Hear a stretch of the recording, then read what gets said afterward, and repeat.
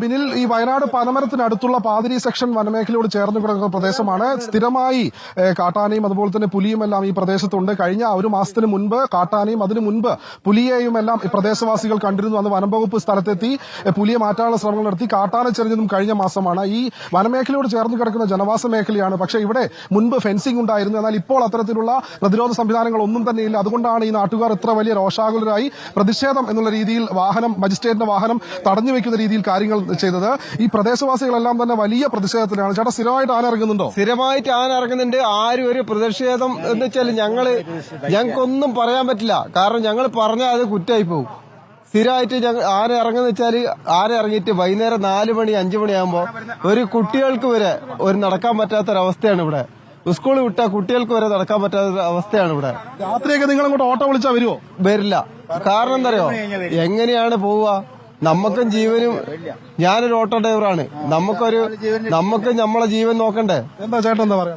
വേറൊന്നല്ല, ഇവിടെ ഇതേ പാടശേഖരത്തിൽ വെച്ചിട്ട് ഒരു 6-7 വർഷത്തിനുള്ളിൽ ഒരു ടീച്ചറും 2 കുട്ടികളും 2 പ്രാവശ്യമായിട്ട് ആനന്റെ മുമ്പിൽ പെട്ടതുകൊണ്ട് ഞാൻ ചൈൽഡ് വെൽഫെയർ കമ്മിറ്റിയും ചൈൽഡ് ലൈനും DLSL ഒരു വിധി സമ്പാദിച്ച ആളാണ്. ഇപ്പോ ഫോറസ്റ്റുകാരോട് പറഞ്ഞ അവര് എങ്ങനെയാ രാത്രി ആനയൊക്കെ ഇറങ്ങിക്കഴിഞ്ഞാൽ തുരത്താൻ വരാറുണ്ടോ? അല്ല, നിങ്ങൾ ആ ചോദ്യത്തിന് മുമ്പ് ഞാൻ വലിയൊരു കാര്യം പറഞ്ഞുതരാം. ഇത് DLSA വിവരാവകാശ പ്രകാരം 15.35 കിലോമീറ്റർ ഫെൻസിംഗ് ഇറങ്ങുന്നതിൽ വനം വകുപ്പ് ഒന്നും ചെയ്യുന്നില്ല എന്നാണോ? ഒന്നും ചെയ്യില്ല. ഈ ഫെൻസിംഗ് തന്നെ പൂർത്തിയാക്കിയാൽ ഇവിടെ എത്രയോ ജനവാസത്തിന് വളരെ ധൈര്യമായിട്ട് ജീവിക്കാം. ഇവിടെ കുട്ടികളെ സ്കൂളിൽ വിടാനാവില്ല, ആശുപത്രി പോയി വരാൻ ധൈര്യം കിട്ടില്ല. ഇങ്ങനെ ഒരുപാട് പ്രശ്നമാണ്.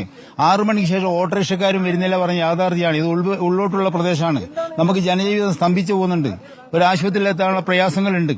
അതാ പറഞ്ഞ ഒന്നും വേണ്ട, കിൻഫ്രയുടെ പൈസ കിട്ടിയിട്ട് പിന്നിൽ തീർച്ചയായും പ്രദേശവാസികളുടെ വലിയൊരു ആശങ്ക തന്നെയാണ്. വൈകുന്നേരമായി കഴിഞ്ഞാൽ സ്കൂൾ വിട്ടു പോകുന്ന കുട്ടികളടക്കം വലിയ ബുദ്ധിമുട്ടിലാണ്. മാത്രമല്ല രാത്രി ഈ ഭാഗത്തേക്ക് ഓട്ടോ വിളിച്ചു കഴിഞ്ഞാൽ ആനയുടെ ശല്യമുള്ളത് കൊണ്ട് വരാറില്ല എന്നാണ് പറയുന്നത്. മാത്രമല്ല ഈ മേഖലയിൽ നേരത്തെ, അതായത് വനമേഖലയിൽ നിന്ന് ജനവാസ മേഖലയിലേക്ക് കാട്ടാനകൾ ഇറങ്ങുന്നത് തടയാനുള്ള ശ്രമങ്ങൾ ഒന്നും തന്നെ വനം വകുപ്പ് നടത്തിയില്ല എന്നും പ്രദേശവാസികൾ പറയുന്നു. ഏതായാലും 2 കാട്ടാനകളെ ഇപ്പോൾ വനത്തിലേക്ക് തുരത്തിയിരിക്കുകയാണ്. ബാക്കിയുള്ള 2 കാട്ടാനകളൊപ്പം ഒരു കുട്ടിയാനയും, അതായത് 2 ആനകളാണ് ഇനി ഈ ജനവാസ മേഖലയിലുള്ളത്. പരിയാരം മേഖലയിലുള്ള കാപ്പിത്തോട്ടത്തിലാണുള്ളത്. ഈ കാപ്പിത്തോട്ടത്തിന് അടുത്തു നിന്ന് 2 കിലോമീറ്റർ മാത്രം അകലെയായാണ് ഈ പാതിരി സെക്ഷൻ വനമേഖല. അങ്ങോട്ടേക്ക് തുരത്താനുള്ള ശ്രമങ്ങളാണ് വനംവകുപ്പ് ഇപ്പോൾ നടത്തുന്നത്. കൂടുതൽ വനപാലകർ ഈ മേഖലയിലേക്ക് എത്തുന്നുണ്ട്. വെള്ളമുണ്ട RRTU കീഴിലുള്ള വനപാലകർ ഈ മേഖലയിലേക്ക് എത്തി ആനയെ എത്രയും വേഗം കാട്ടിലേക്ക് തുരത്താനുള്ള ശ്രമങ്ങളാണ് ഇപ്പോൾ നടത്തിക്കൊണ്ടിരിക്കുന്നത്. ബിനിൽ, ദീപക് നേരത്തെ ചൂണ്ടിക്കാട്ടിയിരുന്നു. അതായത് പൊതുവിൽ ഇപ്പോൾ ചക്ക ഉൾപ്പെടെയുള്ള പഴവർഗ്ഗങ്ങളുടെ സീസണാണ്. ആന കൂടുതലായി കഴിക്കുന്ന ചക്ക ഉൾപ്പെടെയുള്ള പഴവർഗ്ഗങ്ങൾ, ആനയെ നാട്ടിലേക്ക് ആകർഷിക്കുന്നത്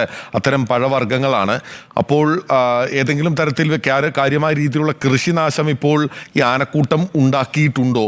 മാത്രമല്ല, നേരത്തെ പോലീസുകാർ ചില നിയന്ത്രണങ്ങൾ അവിടെ ഏർപ്പെടുത്തിയെന്ന് പറയുന്നുണ്ട്. അതിലൊരു വ്യക്തത വരുത്താമോ? എന്താണ് നിയന്ത്രണങ്ങളെന്ന്? ബിനിൽ, നിലവിൽ സാധാരണഗതിയിൽ കാട്ടാനകൾ രാത്രി ഇറങ്ങി രാവിലെ ഈ പ്ലാവുകളും കൂടുതൽ തെങ്ങുകളുമുള്ള പ്രദേശത്തെ കാട്ടാനകൾ ഇറങ്ങി രാവിലെയോടുകൂടി പുലർച്ചയ്ക്ക് മുമ്പായി കാട്ടിലേക്ക് മടങ്ങുകയാണ് സാധാരണ ചെയ്യാറ്. കാരണം ആനകൾക്ക് വന്ന വഴി അറിയാം, തിരികെ പോകാനുള്ള പാതയും അറിയാം. അതാണ് ക്രമേണ ആനത്താരകളായി മാറുന്ന പ്രദേശങ്ങൾ. പക്ഷേ ഈ ആനകളെ സംബന്ധിച്ചിടത്തോളം ഇന്നലെ രാത്രിയോടുകൂടി ഈ മേഖലയിലെത്തി. പക്ഷേ ഇന്നും ഈ വനമേഖല ഈ കൃഷിയിടത്തിൽ തുടരുന്ന ഒരു അവസ്ഥയായിരുന്നു. അതുകൊണ്ട് ഈ കാട്ടാനയെ ഏത് വഴിക്ക് തുരത്താൻ കഴിയും എന്നുള്ള കാര്യത്തിൽ വനപാലകർക്ക് വലിയ ഒരു ബുദ്ധിമുട്ടുണ്ടായിരുന്നു. കാരണം 4 കാട്ടാനകൾ ഒരുമിച്ച്, അതിലൊന്ന് കുട്ടിയാന. ഈ കുട്ടിയാന ആയതുകൊണ്ട് തന്നെ ഒരുമിച്ച് എളുപ്പത്തിൽ കാട്ടാനയെ വനത്തിലേക്ക് തുരത്തുക എന്നുള്ളത് വലിയ ദുഷ്കരമായ ഒരു കാര്യമാണ്. അത് തന്നെയാണ് വനംവകുപ്പ് ഇപ്പോൾ ശ്രമിച്ചുകൊണ്ടിരിക്കുന്നതും. ഏതായാലും അല്പസമയത്തിനുള്ളിൽ തന്നെ, അതായത് ഇരുട്ട് വീണു കഴിഞ്ഞാൽ ദൌത്യം അസാധ്യമാകുമെന്ന കാര്യത്തിൽ സംശയമില്ല. പകൽ വെളിച്ചത്തിൽ തന്നെ കാട്ടാനയെ ഈ വനത്തിലേക്ക് തുരത്താനുള്ള ശ്രമങ്ങളാണ് ഇപ്പോൾ ഇവിടെ നടത്തിക്കൊണ്ടിരിക്കുന്നത്. മാത്രമല്ല ഈ ചക്ക തുടങ്ങിയ മാങ്ങ ഇവിടെ സീസണുകളൊക്കെ ആകുന്ന സമയത്ത് വയനാട്ടിൽ കൂടുതലും ഇത്തരത്തിൽ ഈ ആനകൾ ജനവാസ മേഖലയിലേക്ക് ഇറങ്ങുന്നത് പതിവാണ്. അതുകൊണ്ട് തന്നെ വനമേഖലയിൽ വനാതിർത്തിയോട് ചേർന്ന് കിടക്കുന്ന പ്രദേശങ്ങളിൽ താമസിക്കുന്ന ആളുകളെ സംബന്ധിച്ചിടത്തോളം അവർ ഈ ചക്കയും മാങ്ങയും എല്ലാം വെട്ടി നശിപ്പിക്കുകയാണ് പതിവ്. ഒരിടത്ത് നമ്മൾ പോയ സമയത്ത് നമ്മൾ കണ്ടിരുന്നു ഈ ചക്കകളെല്ലാം വെട്ടി മണ്ണെണ്ണ ഒഴിപ്പിച്ച് നശിപ്പിക്കുന്ന ഒരു അവസ്ഥ നമ്മൾ കണ്ടിരുന്നു. ഏതായാലും ഇപ്പോൾ പ്രദേശത്തെ വനം വകുപ്പ് ആനയെ തുരത്താനുള്ള ശ്രമങ്ങൾ നടത്തിക്കൊണ്ടിരിക്കുകയാണ്. ചേട്ടന്റെ തോട്ടത്തിലേക്ക് ആന വരാറുള്ളൂ? ദിവസം ആനയാണ്. വൈകുന്നേരം 7 മണിയൊക്കെ ആകുമ്പോൾ എത്തിക്കഴിഞ്ഞാൽ ആന രാവിലെ 6 മണി വരെ അടുത്തന്നെ ഉണ്ടാവും. കുട്ടികളെയും കൊണ്ട് സ്കൂളിൽ പോകുന്ന സമയത്തും നമുക്ക് പേടിച്ചിട്ടാ പോലെ ഞങ്ങള്. വണ്ടിയൊന്നും വിളിച്ചാൽ വരാറില്ല. 1-2 പ്രാവശ്യം കുട്ടികളെയും കൊണ്ട് പോകുമ്പോൾ തിരിച്ച് സ്കൂളിൽ നിന്ന് വീട്ടിലേക്ക് പോകേണ്ട അവസ്ഥ ഉണ്ടായിരുന്നു നമുക്ക്. ആന വരുന്ന ശല്യം കൊണ്ട് ക്ലാസ് ഇങ്ങനെ ഒരുപാട് മിസ്സാവുന്നു. വളരെ ബുദ്ധിമുട്ട്. ചക്കയും മാങ്ങയുടെ ഒക്കെ സീസൺ ആയതുകൊണ്ടാണ്. നിങ്ങൾ പറമ്പിൽ ചക്കയുണ്ടോ? അത് വെട്ടി ചക്ക എല്ലാം പ്ലാവെല്ലാം മുറിച്ചു കളയലാണ്. എന്നിരുന്നാൽ ആന ഇവിടെ പിന്നെ ഇല്ല മാങ്ങ ഇല്ല, നമ്മളൊക്കെ ഇപ്പൊ പുറത്തുനിന്ന് വാങ്ങാൻ പോലെ മുറിച്ചു കളയുന്നത് എന്തുകൊണ്ടാ? അത് ആനയുടെ ശല്യം ആന ശല്യം കൊണ്ട് ഒഴിവാക്കാൻ വേണ്ടിയിട്ട്. എന്ന് വെച്ച് കഴിഞ്ഞാല് ചക്ക തിന്നാൻ വരും, ബാക്കിയുള്ള തോട്ടങ്ങൾ നാശാക്കും, പിന്നെ വീടിന് ഭീഷണി. വീടിന്റെ അടുത്തൊക്കെ പ്ലാവ് വെച്ചാല് പ്ലാവെല്ലാം വീട്ടിലേക്ക് തന്നെ മറിച്ചു കളയും.